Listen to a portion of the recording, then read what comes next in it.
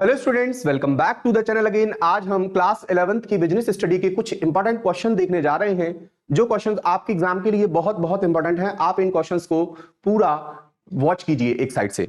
चलिए देखते हैं, सबसे पहला क्वेश्चन क्या है। What is meant bye departmental undertaking. इसमें कुछ क्वेश्चंस ऐसे हैं जो 2 मार्क्स में आएंगे, और कुछ ऐसे हैं जो 3 मार्क्स में आएंगे, और कुछ ऐसे हैं जो 4 मार्क्स में आएंगे। आगे मैंने बताया भी है कि कौन से क्वेश्चन 4 मार्क्स में आएंगे, कौन से 2 मार्क्स में आएंगे, कौन से 3 मार्क्स में आएंगे।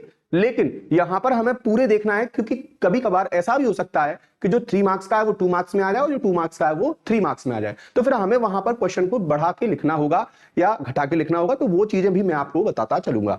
चलिए सबसे पहले देखिए आप, what is meant bye departmental undertaking.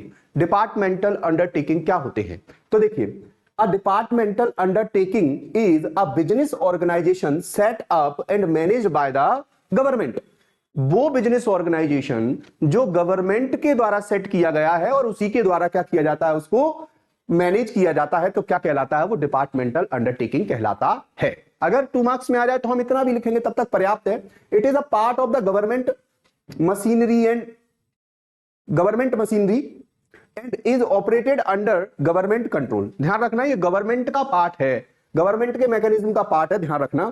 और ऑपरेटेड अंडर गवर्नमेंट कंट्रोल, और सरकार के अंडर में ये कंट्रोल होता है। The government provide the capital and bear the risk. सरकार ही इसमें कैपिटल लगाती है और रिस्क को बियर करती है। And the profit earned from such business go directly to the government. और पूरा का पूरा प्रॉफिट किसको चला जाता है? सरकार को ही चला जाता है डायरेक्टली।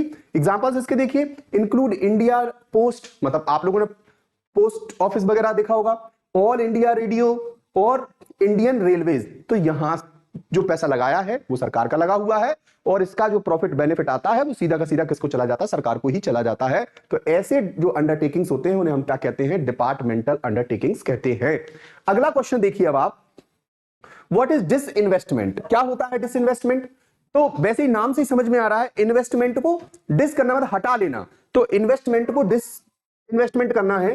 तो disinvestment refers to the process of selling और लिक्विडेटिंग गवर्नमेंट ओन्ड कंपनीज और पब्लिक सेक्टर यूनिट, पीएसयूएस जिसे बोलते हैं।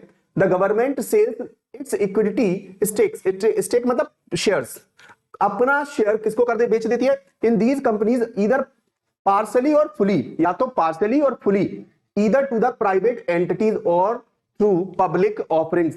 जब सरकार क्या करती है, जहां से ज्यादातर, जैसे मान लीजिए सरकार के पास अंडर में कोई पब्लिक कंपनी है, तो सरकार उस सेक्टर का उस सेक्टर से ज्यादातर पैसा, ज्यादातर इक्विटी किसको बेच देती है? प्राइवेट लोगों को बेच देती है। कि पहले अधिकार किसका था? सरकार का था। अब सरकार ने उसका अधिकार किसे बेच दिया? किन्हीं प्राइवेट लोगों को बेच दिया। तो सरकार ने यहां पर डिसइन्वेस्टमेंट कर दिया। पहले पैसा लगाया था तो इन्वेस्टमेंट किया था, लेकिन अब वो खुद का पैसा नहीं रख रही, इक्विटी किसी और को दे रही, ओनरशिप किसी और को दे रही है। तो सरकार ने तो अपना पैसा ले लिया, मतलब डिसइन्वेस्टमेंट कर लिया ना एक तरीके से। तो इसी को हम क्या कहते हैं? डिसइन्वेस्टमेंट कहते हैं। समझिए आप, disinvestment refers to the process of selling or liquidating government owned companies or public sector units. The government sells its equity stake, अपना इक्विटी का जो शेयर है वो सेल कर देती है। These companies either partially, कभी कभी पार्सली सेल कर देती है, कभी fully, either to private entities और थ्रू पब्लिक ऑफरिंग्स, या तो पब्लिक ऑफरिंग्स के थ्रू या किसी प्राइवेट एंटिटी को सेल कर देती है। The primary objective of disinvestment is to reduce the fiscal burden on the government. सरकार के ऊपर जो फिस्कल बर्डन होता है, मतलब राजकोषीय जो बर्डन होता है, उसको फिस्कल बर्डन को दूर करने के लिए क्या करती है सरकार? डिसइन्वेस्टमेंट कर लेती है। इंप्रूव एफिशिएंसी, क्योंकि कभी कभी सरकार खुद इतना एफिशिएंसी को इंप्रूव नहीं कर पा रही होती है, तो प्राइवेट लोगों के अंडर में जब वो कंपनी चली जाती है तो प्राइवेट लोग उसको क्या कर देते हैं? इंप्रूव कर देते हैं, क्योंकि वहां पर वेलफेयर से रिलेटेड चीजें नहीं होती हैं, वहां पर क्या होता है? प्रॉफिट बेस्ड होती है। इस चक्कर में वो इन्वेस्टमेंट अच्छा कर पाते हैं और डेवलपमेंट भी खूब अच्छा कर पाते हैं। ठीक है, क्योंकि उन्हें फ्री तो बेचना नहीं है सर्विस, लेकिन सरकार कैसे बेच रही होती है? कई चीजों की सर्विस फ्री बेच रही होती है, या फिर कम पैसा ले रही होती है। तो ऐसी स्थिति में सरकार कुछ चीजों को डेवलप नहीं कर पाती, लेकिन प्राइवेट लोग उसी चीज को क्या, जैसे प्राइवेट हॉस्पिटल और सरकारी हॉस्पिटलों में आप देख लीजिए, आज के समय में तो सरकारी हॉस्पिटल भी अच्छे होते चले जा रहे हैं और सरकारी स्कूल भी अच्छे होते चले जा रहे हैं। जबकि पहले सरकार के पास उतना फंड नहीं होता था, तो सरकार अपने आप को क्या नहीं कर पाती थी? डेवलप, मतलब उन सेक्टर्स को क्या नहीं कर पाती थी? डेवलप नहीं कर पाती थी। अगला तो देखिए, तो सीधी सी बात यह है, fiscal burden the government improve efficiency and raise funds for various government projects. और सरकार के कई प्रोजेक्ट के लिए अगर सरकार को पैसा चाहिए तो सरकार क्या कर देती है? डिसइन्वेस्टमेंट कर लेती है और प्राइवेट लोगों को सेल कर देती है किसी कंपनी को, और गवर्नमेंट जो ओन्ड होती है वो किसी प्राइवेट या पब्लिक सेक्टर में क्या कर देती है, सेल कर देती है। उसके पास पैसा आ जाता है और वो क्या कर पाती है, प्रोजेक्ट को कंप्लीट कर पाती है। खैर अगला क्वेश्चन देखिए आप, right a short note on public private partnership. Public और प्राइवेट दोनों के बीच की पार्टनरशिप को समझाइए। तो समझिए, एक public private partnership, triple P या P3 भी कहते हैं इसको, इज कोलैबोरेटिव मतलब साथ मिलकर एक तरीके से, arrangement between a government entity and private sector company. एक प्राइवेट सेक्टर और गवर्नमेंट कंपनी दोनों क्या कर रही है, तो गवर्नमेंट एंटिटी और प्राइवेट सेक्टर दोनों मिलकर क्या करती है, कोलैबोरेशन करती है, और इसी को हम PPPP मतलब प्राइवेट पब्लिक पार्टनरशिप कहते हैं। इन अ PPP the private sector participates in the financing, construction and management of public infrastructure और services। मतलब प्राइवेट सेक्टर भी इन चीजों में क्या करता है, इन्वॉल्व हो जाता है, while the government regulates and ensure public welfare। और सरकार क्या कर रही होती है, सरकार देखो पब्लिक आई है तो पब्लिक वहां पर फाइनेंस मतलब जो प्राइवेट सेक्टर आया है, प्राइवेट सेक्टर यहां पर आकर क्या कर रहा है, सपोर्ट कर रहा है, वो पैसे फंड रेज कर रहा है, अपना पैसा जो है लगा रहा है और डेवलपमेंट कर रहा है। जबकि जो गवर्नमेंट सेक्टर है वो वेलफेयर पर ध्यान दे रहा है। किस पर ध्यान दे रहा है, वेलफेयर पर। एक कल्याण कर रहा है और एक डेवलपमेंट कर रहा है, तो दोनों मिलकर क्या कर पाते हैं, जल्दी तरक्की कर पाते हैं। इसलिए यहां पर PPPP मतलब P3 मॉडल आया, सीधी सी बातें है। तो ये triple P help the bridging the infrastructure gap, जो इंफ्रास्ट्रक्चर गैप है उसको ब्रिजिंग कर पाता है ट्रिपल P। ठीक है, ध्यान रखना। शेयरिंग रिस्क शेयर हो जाती है दो लोगों के बीच में। इंक्रीजिंग एफिशिएंसी बढ़ जाती है। एग्जांपल देख लीजिए, इंक्लूडिंग हाईवे प्रोजेक्ट्स। अब हाईवे प्रोजेक्ट्स जो है सरकार क्या कर रही होती है, सरकार देख रही होती है लोगों का भला हो रहा है कि नहीं हो रहा, प्रोजेक्ट सही चल रहा है कि नहीं चल रहा, सरकार का भी पैसा लगा, प्राइवेट का भी पैसा लगा हुआ है। तो सीधी सी बात है, दोनों मिलकर काम कर रहे होते हैं उस पर। एयरपोर्ट्स, एनर्जी सेक्टर प्रोजेक्ट्स, तो इन पर इस तरीके से फंक्शनिंग हो रही होती है कि दोनों के कंट्रोल में बनी रहती हैं चीजें। एक जो है डेवलपमेंट पर ध्यान दे रही होती है और एक वेलफेयर पर ध्यान दे रही होती है। तो इस प्रकार क्या होता है, इसी मॉडल को हम क्या कहते हैं, P3 मॉडल या फिर प्राइवेट पब्लिक पार्टनरशिप कहते हैं। ओके, अगला क्वेश्चन आता है, what is meant bye joint venture. Joint venture क्या होता है, वेंचर मतलब तो उद्योग धंधा होता है, और ज्वाइंट मतलब जब दो लोग ज्वाइंट हो जाएं।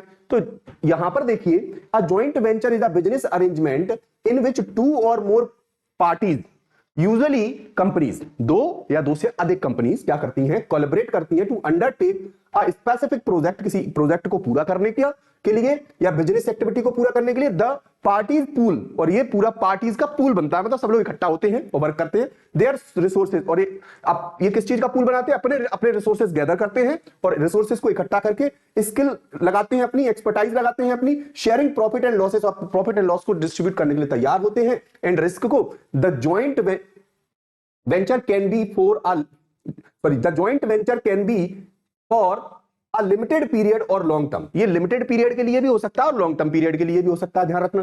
It allow businesses to expand into new markets और share the cost of expensive venture. ध्यान रखना, आज बहुत ज्यादा कॉस्ट होती है और उस कॉस्ट में इतनी ज्यादा कॉस्ट होने के कारण एक व्यक्ति इतना क्या नहीं कर सकता, अफोर्ड नहीं कर सकता। इस चक्कर में दो या दो से मल्टीपल बिजनेस क्या कर जाते हैं, कोलैबोरेट करते हैं। कोलैबोरेट करने के बाद वो उस बिजनेस को हैंडल करते हैं और रिस्क को और प्रॉफिट वगैरह को सब कुछ शेयर करते हैं। तो ये क्या कहलाता है, ज्वाइंट वेंचर कहलाता है। एग्जांपल्स देखिए, include partnership between global companies for a new technology और प्रोडक्ट्स। जैसे किसी दो कंपनी है, अच्छा आपने देखा होगा मारुति सुजुकी ज्वाइंट वेंचर बना था। आपको पता, मारुति अलग थी, सुजुकी अलग थी, तो दो लोगों ने मिलकर मारुति सुजुकी बनाई, तो वो ज्वाइंट वेंचर था। देखिए आगे देखिए, differentiate between the public sector and private sector. 6 points इसमें कहे गए हैं, आपको तो 4 करने हैं, और अगर आपको 3 नंबर पर पूछता है तो 3 ही पॉइंट्स लिखने हैं आपको, ठीक है। और 2 मार्क्स में पूछा है तो 2 पॉइंट्स लिख देना, लेकिन वो कैसे भी पूछ सकता है, इसलिए आप 4 पॉइंट्स करके चले। सबसे पहली बात, हमें पब्लिक सेक्टर और प्राइवेट सेक्टर में अंतर बताना है। तो पब्लिक सेक्टर की ओनरशिप किसकी होती है, सरकार की होती है एक तरीके से, owned and operated by the government. जबकि प्राइवेट सेक्टर क्या होता है, owned and operated by private individuals and companies. ध्यान रखना, ये प्राइवेट इंडिविजुअल एंड कंपनी के द्वारा क्या किया जाता है, कंट्रोल किया जाता है। ओनरशिप इन पर प्राइवेट लोगों की रहती है, जबकि इसमें पब्लिक की जो है क्या रहती है, ओनरशिप रहती है, पब्लिक सेक्टर की ओनरशिप रहती है, मतलब गवर्नमेंट की। Objective, primarily aimed eight providing public services and welfare. चूंकि सरकार का कंट्रोल है तो मतलब यहां पर वेलफेयर पर फोकस किया जाएगा, कल्याण पर फोकस किया जाए, लोगों का भला हो। और ये लोग लोगों के भलाई पर नहीं, ये प्रॉफिट मैक्सिमाइजेशन पर काम करते हैं। Primarily aimed at earning profit and maximising shareholders wealth. ध्यान रखना, यहां शेयर होल्डर का पैसा बढ़ना चाहिए, यहां पर भला भी तो होना चाहिए। आगे देखिए, source of capital funded by the government. इसमें government through taxation and public funds, ध्यान रखना, पब्लिक फंड्स एंड टैक्सेशन के थ्रू सरकार क्या करती है, इसमें फंडेड करती है, फंड लगाती है। जबकि प्राइवेट में इसमें funded through the private investment loan and market sources. ध्यान रखना, इस तरीके से इसमें पैसा आता है। मैनेजमेंट कौन करता है, तो management by the government appointed officials और पब्लिक बॉडीज। ध्यान रखना, इसको गवर्नमेंट अपॉइंटेड जो ऑफिशियल्स होते हैं या पब्लिक बॉडीज होती हैं वही क्या करती हैं, इसको मैनेज करती है, जबकि इसको प्राइवेट इंडिविजुअल शेयर होल्डर और बोर्ड ऑफ मेंबर्स क्या करते हैं, मैनेज करते हैं। आगे देखिए, risk bearing, risk are borne by the government और टैक्स पेयर्स। ध्यान रखना, इनके द्वारा रिस्क जो है बेयर की जाती है, जबकि इसमें risk are borne by private owners, investors and stakeholders, मतलब जो जिन्होंने उसमें पैसा लगाया है। अगला, efficiency often less efficient due to the bureaucratic procedure and lack of competition। ध्यान रखना, क्योंकि सरकार की चीजें हैं तो इसमें lack of competition है और ब्यूरोक्रेसी अफसरशाही चलती है।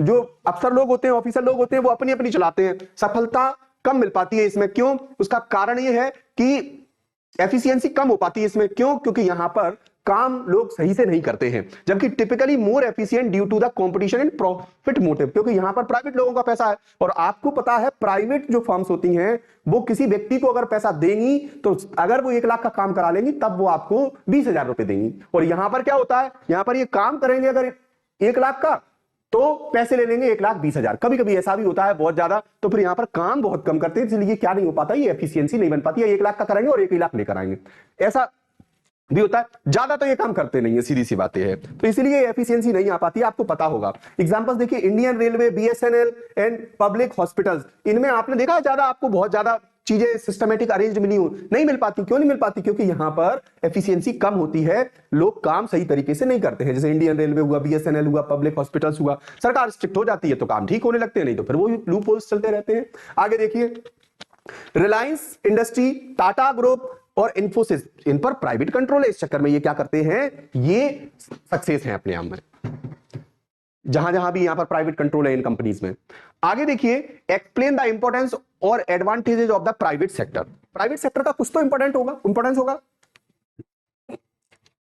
तो देखिए, अगर मैं प्राइवेट सेक्टर की बात करूं तो ये जो प्राइवेट सेक्टर है इसकी efficiency, the private sector is driven by the profit motives encouraging companies to be more efficient in their operations।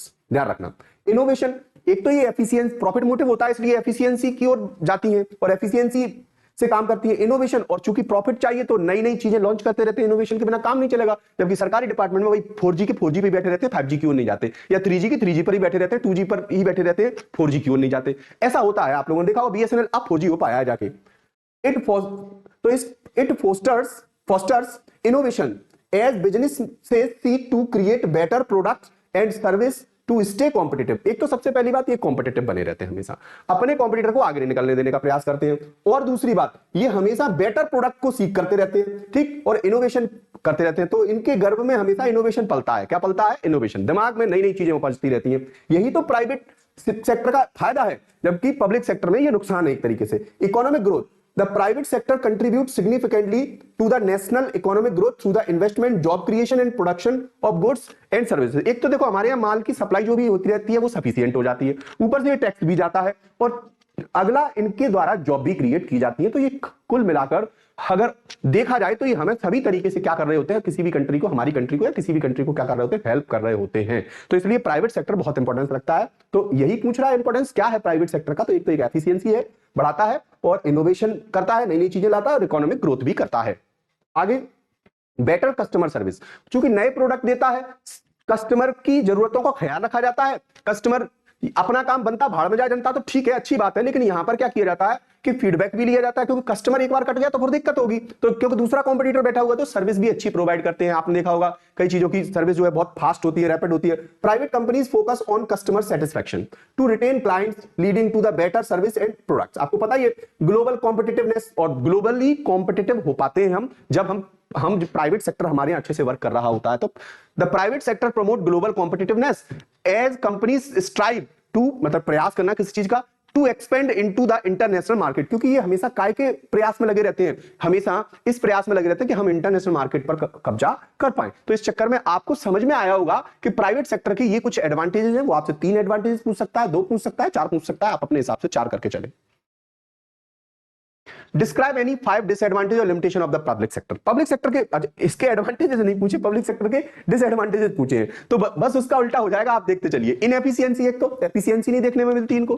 Public sector enterprises often face bureaucratic delays, आपने देखा होगा अफसरशाही चलती है, फाइल खिसकाते चलते, काम नहीं करते ढंग से। And inefficiency due to lack of competition, competition नहीं है तो इन्हें कोई एफिशिएंसी भी नहीं लाना, इनको इनएफिशिएंट तरीके पेमेंट तो मिल जाएगी। और पॉलिटिकल इंटरफेरेंस, चूंकि इसमें सरकारी इंटरफेरेंस भी चलता है, इसलिए सही से डिसीजन ये लोग भी नहीं ले सकते। तो देखिए, decision in the public sector are sometimes influenced by the political consideration rather than the market needs. कभी कभी सरकार क्या करती है, अपने फायदे को देखती है कि मुझे पार्टी में रहना चाहिए, मैं जीतना चाहिए, तो इस जीतने के चक्कर में ये कभी कभी सफलता को न देखकर किसको देख रहा है, मतलब दूर की सफलता को न देखकर, दूर की वेलफेयर को न देखकर हाल की वेलफेयर को देखती हैं, और इसकी वजह से आगे चल के उसके नुकसान इन्हें क्या करने पड़ते हैं, उठाने पड़ते हैं। तो सीधी सी बात यह है कि पॉलिटिकल इंटरफेरेंस की वजह से भी यहां पर सही से काम नहीं हो पाता। लैक ऑफ इनोवेशन, इनोवेशन ये करते नहीं है, कहते हैं ठीक है पान खाओ और चुपचाप बगल में जाकर थूक के और घर जाओ। Public sector units often show less innovation since they do not operate under the market driven pressures. ध्यान रखना, क्योंकि मार्केट का इन पर कोई प्रेशर नहीं होता, सीधी सी बात है, जहां प्रेशर होगा वो मार्केट, भाई प्राइवेट व्यक्ति तो क्या रहेगा, आपको पेन चुभोता रहेगा बैठा बैठा कि काम करो काम करो, और यहां पर क्या है, कोई कंपटीशन की कोई दिक्कत ही नहीं है हमें। Financial burden, many public sector enterprises operate at a loss resulting in financial burden on the government and taxpayers। ध्यान रखना, तो ये लॉस में भी चल रहे हैं, ये भी इसका एक क्या है, लिमिटेशन है, बुराई है, लिमिटेड अकाउंटेबिलिटी, और लोगों के ऊपर लिमिटेड अकाउंटेबिलिटी है। Due to the size and bureaucratic structure public sector entities में lack accountability leading mismanagement. ध्यान रखना, लीडिंग टू मिस मैनेजमेंट, और लिमिटेड लायबिलिटी होने के चलते, अकाउंटेबिलिटी होने के चलते ये मिस मैनेजमेंट भी इनका शो होता है। तो सीधी सी बात ये है कि इसमें से आपको कोई भी 3 या 4 डिसएडवांटेजेस कर लेना है, जो पेपर में आए तो आप लिख देना। अगला आता है what is meant by public corporation, describe its characteristics. Public corporation क्या होता है, इसके कैरेक्टरिस्टिक्स बताइए। तो देखिए, a public corporation, corporate body, ठीक है, आपने कंपनी के बारे में पढ़ा था, is a government owned business entity. कौन के द्वारा, पब्लिक कॉर्पोरेशन है ना, तो गवर्नमेंट ओन्ड एंटिटी है, established to provide specific service to the public like utilities and transportation and communication services. ध्यान रखना, it is funded and operated by the government but functions with a certain degree of autonomy। लेकिन कुछ एक autonomy से काम करती है, मतलब अपनी अपनी चलाती है, सीधी सी बात है। तो ये पब्लिक कॉर्पोरेशन होता है, एक हद तक ये सर्टेन डिग्री पर ऑटोनॉमी से वर्क करती है, और फंडेड किसके द्वारा, funded by the government but function with the certain degree of autonomy, क्या कहलाते हैं, पब्लिक कॉर्पोरेशन कहलाते हैं। तो आप तो इतना लिख देना है, public corporation is a government owned business entity established to provide a specific service to the public like utility and transportation and communication and services. ध्यान रखना, इतना आप लिख देना, 2 मार्क्स में अगर आता है तो। इसके कैरेक्टरिस्टिक्स पूछ रहा है, डिस्क्राइब इस कैरेक्टरिस्टिक्स, कि पब्लिक कॉर्पोरेशन के कुछ तो कैरेक्टरिस्टिक्स होते होंगे, हाँ बिल्कुल होते होंगे। क्या कॉर्पोरेशन, गवर्नमेंट ओनरशिप, सबसे पहली बात तो गवर्नमेंट की ओनरशिप है। पब्लिक सर्विस क्रिएटेड, देखिए, fully owned and controlled by the government. Public service created to provide services to the public and affordable prices. ध्यान रखना, चूंकि पब्लिक सेक्टर का है तो फिर ऐसी स्थिति में अफोर्डेबल प्राइसेस होंगी। प्राइवेट सेक्टर होता तो वो प्राइसेस पर, कीमतों को तो बढ़ा के रखता। Autonomy, operates independently of the government control, government के कंट्रोल से थोड़ा सा इंडिपेंडेंटली कंट्रोल होता है, इसलिए ऑटोनॉमी है। But policies and objectives are influenced by the government, लेकिन सरकार से इन्फ्लुएंस रहते हैं, लेकिन ऑटोनॉमी थोड़ी सी बनी रहती है। Self financing, funded by the revenue generated from its operation and not through taxation, taxation से ये फंडेड नहीं होते हैं, खुद के द्वारा जो रेवेन्यू जनरेट हुआ है। तो देखिए, funded by the revenue generated from its operations, operation से आए हुए रेवेन्यू से। Legal status, acts as a legal entity separate from the government, government से अलग एक लीगल एंटिटी होती है। Explain the objective and importance of the joint sector, joint sector के कुछ ऑब्जेक्टिव बताइए और इंपॉर्टेंस बताइए।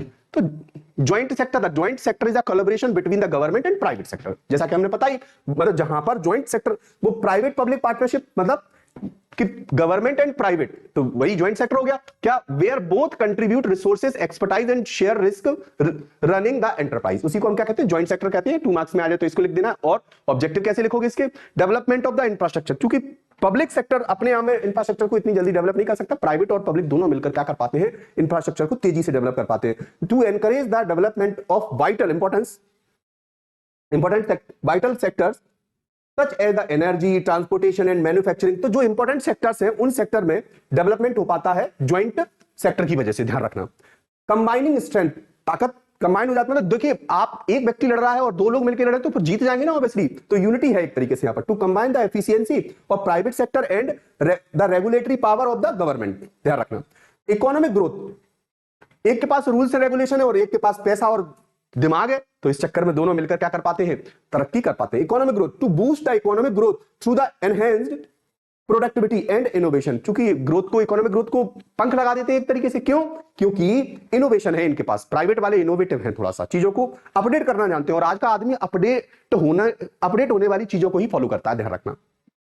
एम्प्लॉयमेंट जनरेशन, और चूंकि एम्प्लॉयमेंट जनरेशन तो करते ही, इनका ऑब्जेक्टिव है, चूंकि प्राइवेट भी है और पब्लिक भी है, तो दोनों है, तो फिर प्राइवेट पब्लिक तो चाहेगा कि नहीं, मतलब पब्लिक सेक्टर तो चाहेगी, गवर्नमेंट सेक्टर तो चाहेगा ही चाहेगा, क्या चाहेगा कि एम्प्लॉयमेंट ज्यादा से ज्यादा आए ताकि उनकी सरकार की वाहवाही हो। सोशल वेलफेयर, सामाजिक भलाई भी रहती है, to ensure that the public interest is safeguarded while running profitable venture, ध्यान रखना। तो ये दोनों ही चीजें होती है, समाज का भला भी होता है और सोशल वेलफेयर भी होता है, मतलब समाज का भला भी होता है और पैसा भी कमा लेते हैं। इंपॉर्टेंट क्या है, इंपॉर्टेंस क्या है, it lead to better resources utilization and balanced growth. अगर आपने इस ज्वाइंट सेक्टर में रह रहे हो तो ऐसी स्थिति में आप बेटर यूटिलाइजेशन ऑफ रिसोर्सेज कर पाओगे, ठीक है। It foster public private collaboration for achieving common economic goal, एक ही गोल को पूरा करने के लिए दोनों मिलकर इकट्ठा काम करते हैं। और it promotes modernization and improvement of the infrastructure, किसी देश का इंफ्रास्ट्रक्चर भी डेवलप होता है और मॉडर्नाइजेशन भी हो जाता है, नई तकनीकी भी डेवलप हो जाती है देश में। अगला बहुत ही इंपॉर्टेंट क्वेश्चन है, what is the difference between economic and non economic activities. Non economic activities और इकोनॉमिक एक्टिविटीज में क्या अंतर होता है, तो जैसा कि नाम से पता लग रहा है, बे एक्टिविटी जो पैसे के मोटिव से की जा रही है इकोनॉमिक एक्टिविटीज है, और बे एक्टिविटी जो पैसे के मोटिव से नहीं की जा रही वो नॉन इकोनॉमिक एक्टिविटीज है। देखिए हम डिफरेंस देखते हैं इसमें, पर्पस क्या है, एम्ड एट अर्निंग मनी और प्रॉफिट। इकोनॉमिक एक्टिविटी पैसा कमाना है, non economic activity not aimed at earning money और प्रॉफिट। एग्जांपल देखिए, business, trade, manufacturing and services, ये सारी इकोनॉमिक एक्टिविटी है, हम पैसा कमाने के लिए तो करते हैं बिजनेस, ट्रेड हुआ, मैन्युफैक्चरिंग हुई, ये सर्विसेज हुई, बैंकिंग, इंश्योरेंस, तो ये सब क्या है, वेयर हाउसिंग, तो ये सब इकोनॉमिक एक्टिविटीज है। जबकि non economic activity voluntary work, charity work, house hold course, तो एक आपने भंडारा करा दिया कहीं तो वो नॉन इकोनॉमिक एक्टिविटी है, उसमें पैसा थोड़ी ले रहे हो, एक तरीके से दान पुण्य कर दिया कहीं पर तो नॉन इकोनॉमिक वॉलंटरी वर्क हो गया ना। Motivation driven by the financial gain, यहां पर पैसा मोटिवेशन होता है, पैसा बनना चाहिए यहां पर, जबकि यहां पर personal driven by the personal satisfaction और social responsibility. Impact contribute to economic growth and development, इसकी वजह से इकोनॉमिक ग्रोथ भी होती है, डेवलपमेंट भी होता है, क्योंकि इकोनॉमिक एक्टिविटी है ना, जीडीपी बढ़ेगी इससे, और टैक्स वैक्स भी लेना पड़ेगा, तो ये जीडीपी के लिए सीधे सीधे काम कर रहा है, तो इसलिए ये क्या है, इकोनॉमिक एक्टिविटी देश की ग्रोथ में जो है हेल्प करती है, जबकि does not contribute directly to the economic growth, ध्यान रखना। Nature involve commercial transactions and activities, जैसे कॉमर्शियल ट्रांजैक्शंस और एक्टिविटीज में रखा जाता है, जबकि इसे इन्वॉल्व पर्सनल और सोशल सर्विसेज में रखा जाता है। आगे अगला बहुत ही इंपॉर्टेंट क्वेश्चन है, difference between profession, business, profession and employment. जैसा कि आप जानते हो बिजनेस, प्रोफेशन, एम्प्लॉयमेंट को बहुत अच्छे से, कि बिजनेस क्या है, बिजनेस वो एक्टिविटी है जिसमें आपने कैपिटल लगाई है और रिस्क को बेयर किया है, तब profit कमाओगे।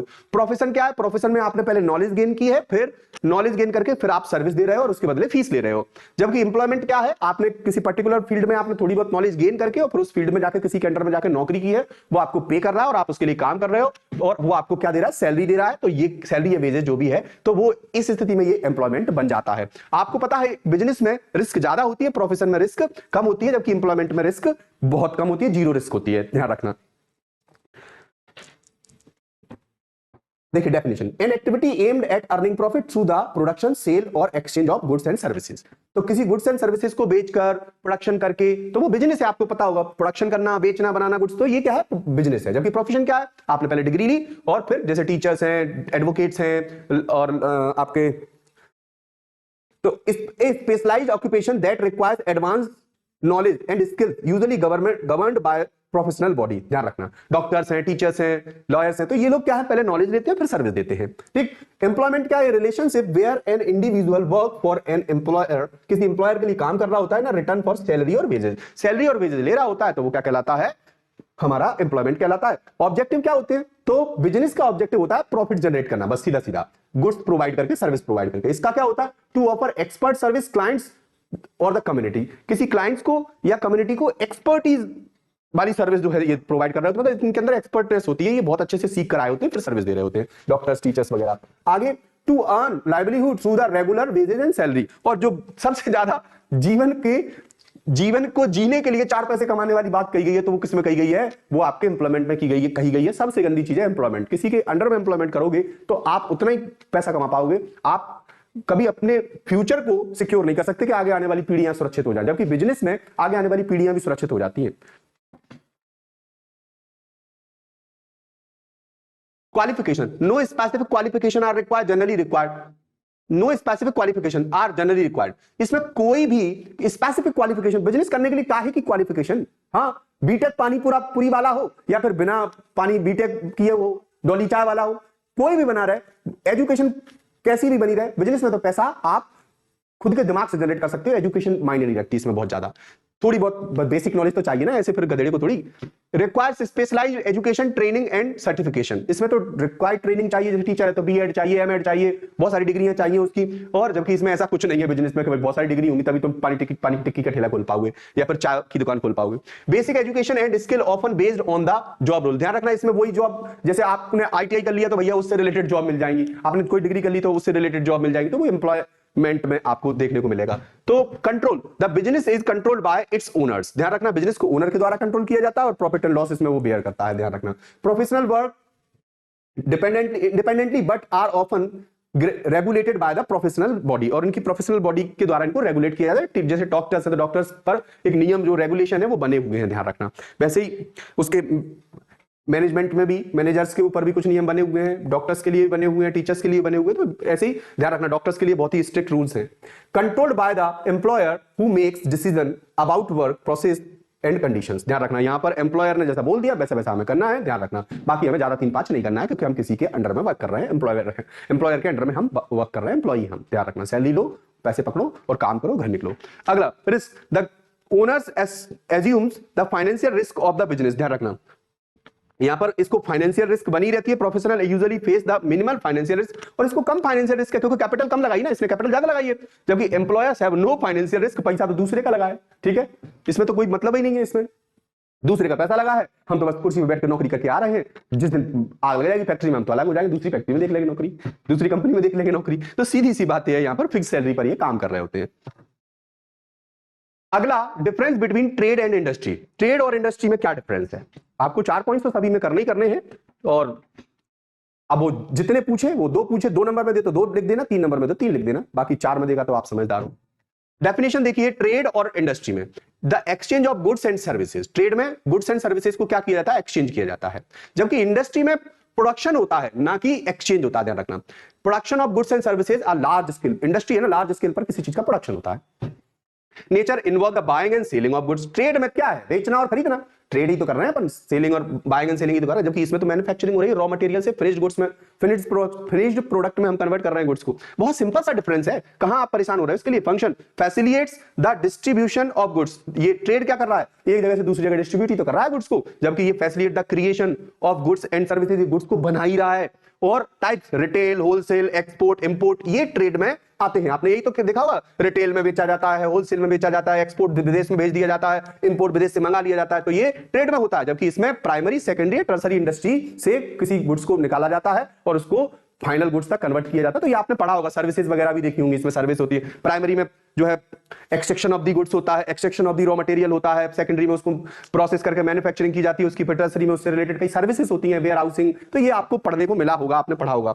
Investment less capital intensive, इसमें कैपिटल कम लगी होती है ट्रेड में, ध्यान रखना, जबकि इंडस्ट्री में तो आपको प्रोडक्शन करना है तो कैपिटल तो लगाना पड़ेगा, तो ध्यान रखना कैपिटल एंड रिसोर्सेज इंटेंसिव है, इसमें कैपिटल वगैरह लगाई जाती है। अगला क्वेश्चन आता है हमारा एडवांटेजेस एंड डिसएडवांटेजेस, क्या advantages and disadvantage of sole proprietorship, sole proprietorship के कुछ एडवांटेजेस और डिसएडवांटेजेस होते हैं। तो भैया एक आदमी अगर पूरा काम संभालेगा तो कुछ पूरे परेशानियां भी झेलनी पड़ेंगी और फायदे भी हैं। दूसरे के डिसीजन से हमें कोई मतलब नहीं है, हम अपने खुद के डिसीजन ले सकते हैं, इंस्टेंट डिसीजन ले सकते हैं, पर नुकसान भी है कि अकेला एक व्यक्ति बर्डन कहां तक झेलेगा, लॉस हो गया तो ऐसी हो गई उसकी। तो देखिए समझिए, आपको समझने में आ जाएगा। एडवांटेज देखते हैं, फुल कंट्रोल, हाथ में हमारे पूरा कंट्रोल है क्योंकि हम ही तो अकेले राजा हैं, ठीक है, फुल कंट्रोल है ना, इस चक्कर में अकेले कंट्रोल रखना है। तो the owner has complete control over decision making, उसे किसी से पूछताछ नहीं करना, खुद का डिसीजन है।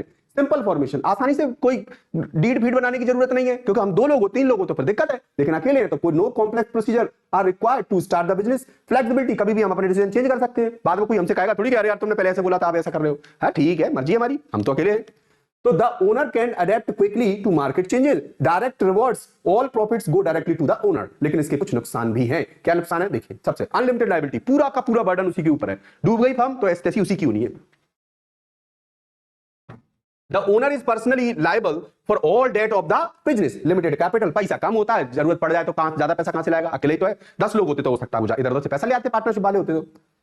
Raising funds can be difficult as only personal saving or loans are available। ठीक है, एक ही व्यक्ति का पैसा उसी को लगाना है आपको, फंड कहां से लेके आओगे। Lack of expertise, the owner may lack expertise in all aspects of the business। जरूरी नहीं है वो सभी सेक्टर में, सभी चीजों में वो खुद ही एक्सपर्ट हो, और 2-4 लोग होते हैं तो सब अलग अलग दिमाग चल रहा होता है। Limited life, the business ceases to exist upon the owner's death or incapacity। ध्यान रखना, जब तक ओनर है तब तक बिजनेस चलेगा, उसके बाद ठप हो जाएगा। तो इसलिए heavy workload, the owner is solely responsible for all operation. पूरा का पूरा वर्कलोड उसी के ऊपर है, तो सारा का सारा ध्यान उसी को रखना है। अगला क्वेश्चन आता है meaning and characteristics of partnership. Partnership का क्या मीनिंग होता है, क्या कैरेक्टरिस्टिक्स होती है। तो पहले तो पार्टनरशिप का मतलब समझ लीजिए आप। जब 2 या 2 से अधिक लोग मिलकर किसी उद्देश्य के लिए काम करते हैं और उससे आने वाले प्रॉफिट एंड लॉसेस को डिस्ट्रीब्यूट करते हैं तो वो पार्टनरशिप कहलाता है, आपको पता होगा। और a partnership is a type of business organization where 2 or more individuals share ownership and management responsibilities। They combine their resources, अपने रिसोर्सेज लगाते हैं, स्किल लगाते हैं, एफर्ट्स लगाते हैं, run the business with the goal of the generation profit generate करने के लिए वो ये सारी चीजें इन्वॉल्व कर रहे होते हैं, while also sharing the risk and liabilities. ध्यान रखना, सारी लायबिलिटीज वगैरह भी क्या कर रहे होते हैं, शेयर कर रहे होते हैं, तो वो क्या कहलाता है, पार्टनरशिप कहलाता है। इसके कैरेक्टरिस्टिक्स क्या होते हैं पार्टनरशिप के, एक तो म्यूचुअल एग्रीमेंट, 2 लोगों के बीच का, 2 या 2 से अधिक लोगों के बीच का म्यूचुअल एग्रीमेंट होता है। ऐसा नहीं किसी के कंधे पर बंदूक रख के और कह दिया चल पार्टनर बन जा हमारा, ध्यान रखना, या बन जा हमारी पार्टनर, ऐसा नहीं कर सकते हम। ए partnership is formed based on mutual agreement between 2 or more people which may or may not be written down in formal contract. Partnership deed, या तो पार्टनरशिप डीड हो सकती है रिटर्न और ओरल भी हो सकती है, ऐसा कोई कंपलसरी नहीं है, पर रिटर्न डीड जो है ज्यादा अच्छी मानी गई है। शेयर्ड प्रॉफिट एंड लॉस, ये आपस में क्या कर रहे होते हैं, प्रॉफिट एंड लॉस को शेयर कर रहे होते हैं। Profit and loss of the business are shared among the partners as per the agreement made. दोनों के बीच में जो एग्रीमेंट बना हुआ उसी के अकॉर्डिंग क्या करते हैं हम प्रॉफिट एंड लॉस को शेयर करते हैं। जो रेशो बना होता है जैसे 3:2, 2:3 जैसा बना हो, 1:1। ज्वाइंट लायबिलिटी, दोनों की लायबिलिटी ध्यान रखना। Partners are personally liable for the debt and obligation of the partnership business। ध्यान रखना, पर्सनली आप लाइबल हो, ध्यान रखना। अगला आता है management and control. All partners have the right to manage the business unless otherwise specified in the partnership deed. सभी लोग उसको कंट्रोल कर सकते हैं, सभी लोग इंस्पेक्ट कर सकते हैं। अगर पार्टनरशिप डीड में नहीं ऐसा बोला गया तो सब लोग देख सकते हैं बिजनेस को, और बोला गया तो फिर वही देखेगा। Limited life, the existence of the partnership depends on the life of the partners. जब तक पार्टनर जिंदा है तब तक पार्टनरशिप जिंदा है। It may and the partner leave और पासेस अवे, मर जाए या फिर पार्टनर छोड़कर चला जाए तो पार्टनरशिप भी खत्म हो जाती है, unless otherwise agreed. Okay, formation, no formal registration is required. Formal registration की जरूरत नहीं है, जैसे कंपनी में होता है, पार्टनरशिप में ऐसा रजिस्ट्रेशन की आवश्यकता नहीं होती है। But a partnership deed is recommended, लेकिन पार्टनरशिप डीड होनी चाहिए और रिटर्न होनी चाहिए मेरे हिसाब से।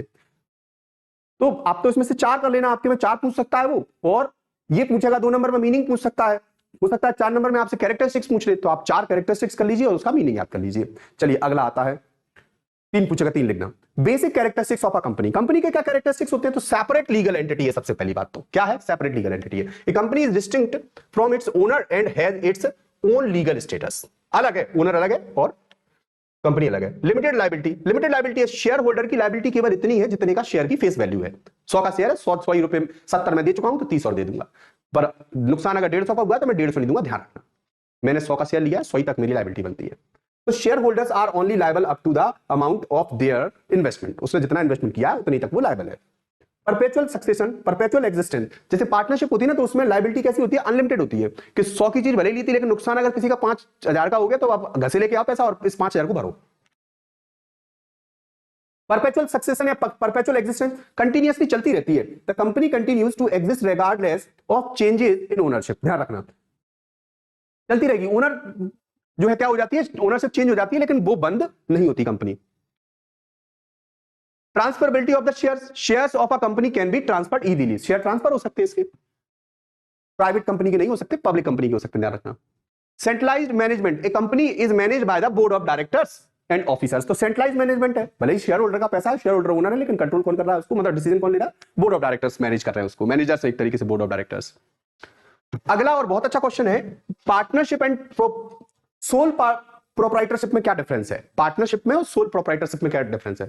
तो अभी हमने सोल प्रोप्राइटरशिप पढ़ी थी, जिसमें हमने पढ़ा था कि अकेला बर्डन झेलने वाला है व्यक्ति, और उसके अलावा रिस्क भी अकेले ही झेल रहा है, हाँ लेकिन प्रॉफिट अकेला ले रहा है। जबकि पार्टनरशिप में प्रॉफिट कई लोग ले रहे हैं, लायबल भी कई लोग हैं किसी रिस्पॉन्सिबिलिटी के लिए, तो उसमें रिस्क जो है डिस्ट्रीब्यूट हो जाती है। तो आप देखिए समझिए, ownership owned by the 2 or more individual, partnership है ना, 2 या 2 से अधिक लोग होंगे ओनर, जबकि इसमें एक सिंगल इंडिविजुअल ही होगा। Liability, partner have joint and several liabilities for the business, कई लायबिलिटी है पार्टनरशिप में पर वो ज्वाइंट है, ध्यान रखना। जो सेवरल लायबिलिटीज है उनको पार्टनर ज्वाइंटली जो है क्या कर रहे होते हैं, हैंडल कर रहे होते हैं। जबकि the ownership has unlimited personal liability, इसमें एक ही व्यक्ति की लायबिलिटी है। Management manage jointly by the partners, manage कौन करते हैं, पूरे पार्टनर्स ज्वाइंटली मैनेज करते हैं, जबकि एक ही व्यक्ति मैनेज करेगा, manage solely by the owner. Profit sharing, इसमें प्रॉफिट आपस में डिस्ट्रीब्यूट कर लिया जाएगा उनके गिवन रेशो से, और जबकि इसमें प्रॉफिट शेयर नहीं किया जाएगा, एक ही व्यक्ति पूरा प्रॉफिट रख लेगा। The life of the partnership depends on the partnership, partners के ऊपर डिपेंड करता है, जबकि इसमें the life of the business is linked to the owner, इसमें ओनर से जुड़ी हुई है। अगला है difference between partnership and joint Hindu family business, ये भी बहुत अच्छा क्वेश्चन है।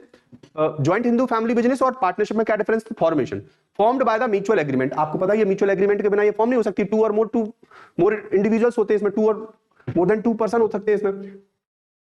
जबकि formed by the birth with in a Hindu family governed bye Hindu law, जो हिंदू लॉ है उसके अकॉर्डिंग जो मेल यंग मेल, मतलब जो सबसे बड़ा मेल एल्डर जो होगा, जो भी मेल एल्डर होगा, उसी व्यक्ति को ज्वाइंट हिंदू फैमिली का क्या बना दिया जाएगा, ओनर बना दिया जाएगा। तो इसका फॉर्मेशन ये, और ये फॉर्म पहले से चली आ रही है, मतलब हिंदू लॉ के अकॉर्डिंग क्या हुई है, ये फॉर्म हुई है। और ओनर किसका है, कौन है इसमें, एक वही व्यक्ति है जो मेल एल्डर है। जबकि इसमें कौन है, इसमें एग्रीमेंट से ये फॉर्म हुई है, और 2 और मोर इंडिविजुअल इसमें क्या कर रहे होते हैं, पार्टनर होते हैं। कंट्रोल कौन का होता है इसमें, partner share control and management, इसमें पार्टनर आपस में कंट्रोल बांट लेते हैं, जबकि management is controlled by the कर्ता। ये कर्ता कौन है, ये हेड ऑफ द फैमिली, मतलब मेल एल्डर, जो भी बड़ा व्यक्ति होगा वही इस फैमिली का कौन होगा, कर्ता धर्ता होगा, सीधी सी बात है, बाकी सब इसके अंडर में होंगे। और लायबिलिटी पूरी इसी कर्ता की होगी, ध्यान रखना। Liability, partner have joint several liabilities, joint liabilities होती है, जबकि liability is joint but the कर्ता है अनलिमिटेड लायबिलिटी। इसमें कर्ता की लायबिलिटी, कर्ता कौन है, जो सबसे बड़ा मेल एल्डर है, जो अपनी अपनी चला रहा है, उसी की चल रही है इसमें, वही उसी की लायबिलिटी भी है पूरी। Profit sharing, profit are shared as per partnership deed, profit कैसे शेयर होता है, पार्टनरशिप डीड के हिसाब से शेयर होता है, जबकि इसमें प्रॉफिट शेयर करना नहीं पड़ता, according to the family tradition with the karta getting larger share. तो इसमें कर्ता सबसे ज्यादा शेयर लेता है, और वो अपने अकॉर्डिंग, कर्ता के अकॉर्डिंग ही चल रही होती है चीजें, जो फैमिली में जैसे उनके सिस्टमेटिक चला आ रहा होता है, उसी सिस्टम से ये सारी चीजें मैनेज हो रही होती है। वैसे तो कर्ता ही डिसीजन ले रहा होता है इसमें। Membership is voluntarily and based on the agreement, और इसमें मेंबरशिप एग्रीमेंट पर चल रही होती है, जबकि membership is based on Hindu family law and new member join by birth. और जैसे ही किसी नए मेंबर का जन्म हो जाता है, तो उस मेंबर को भी उस फैमिली में क्या मिल जाता है, हिस्सा मिल जाता है, वो भी उस फैमिली का हिस्सेदार हो जाता है। तो ज्वाइंट हिंदू फैमिली में जन्म से ही आप क्या बन जाते हो, मेंबर बन जाते हो। पुराने समय से ये बिजनेस चला आ रहा होता है एक तरीके से। What is partnership deed? Write main contents of partnership deed. Partnership deed क्या होती है और इसके मेन कॉन्टेंट्स लिखिए। तो पहले डीड मतलब क्या होता है, एग्रीमेंट होता है।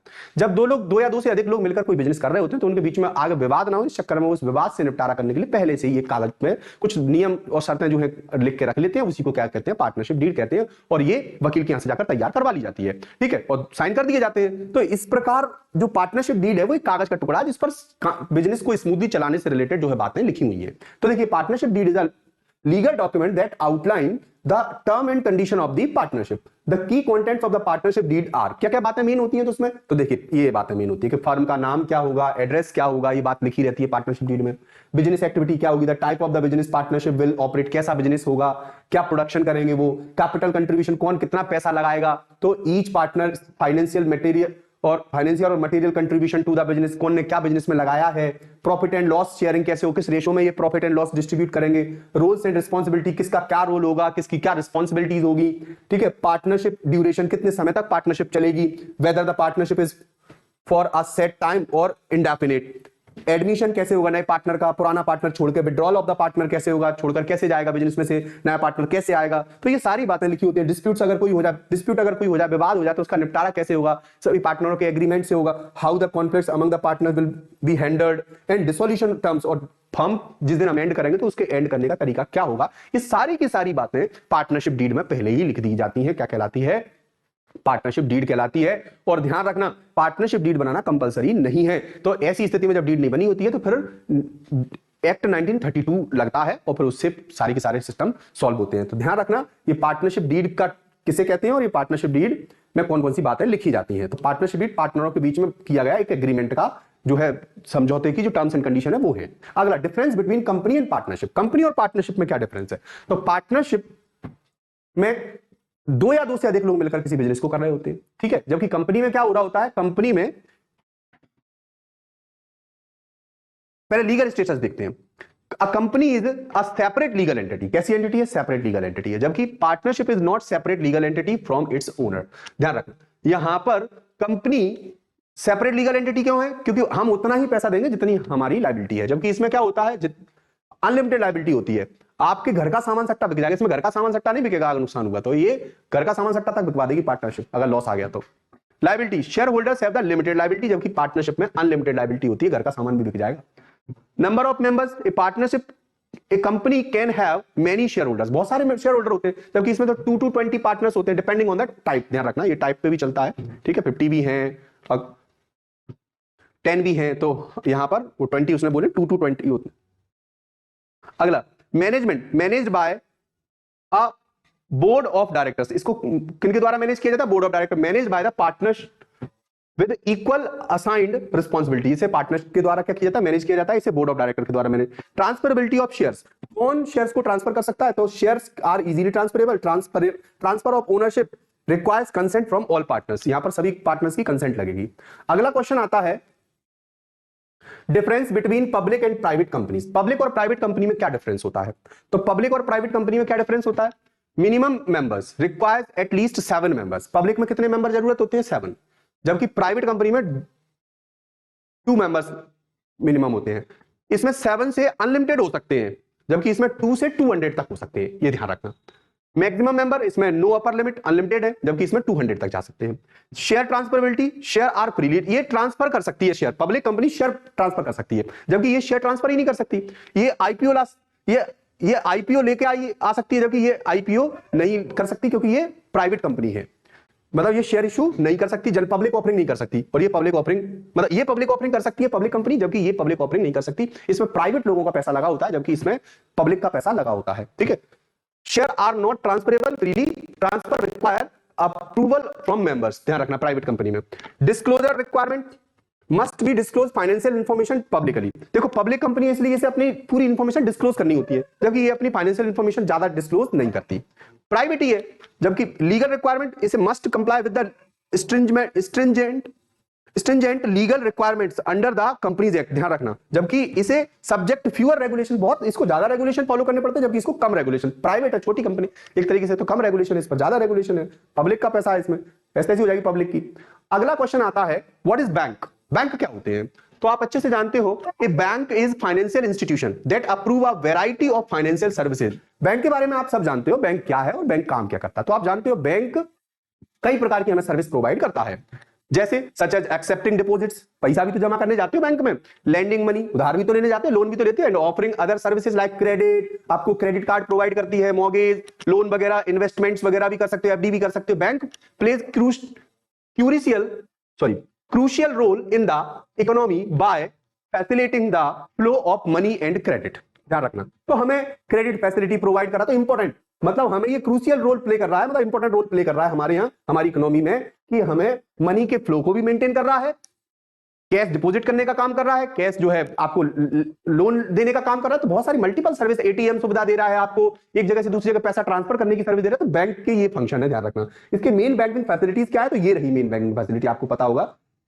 सेविंग अकाउंट आप खोल सकते हो, सबके सेविंग अकाउंट से हम जो पैसा जमा कर सकते हैं जिसमें, ठीक है, डिपॉजिट कर सकते हैं, विड्रॉल कर सकते हैं, इंटरेस्ट भी मिल जाता है हमें इस पर। करंट अकाउंट भी खोल सकते हैं, जिसमें हम कई बार मल्टीपल टाइम पैसा विड्रॉ और डिपॉजिट कर सकते हैं। बिजनेसमैन करंट अकाउंट खोलते हैं, हम सेविंग अकाउंट खोलते हैं। जबकि लोन और क्रेडिट हमें कभी उधार भी दे देते हैं, लोन भी दे देते हैं, या हमारा सिविल भी बैंक के थ्रू बनाई जाती है एक तरीके से। ATMs, automated teller machine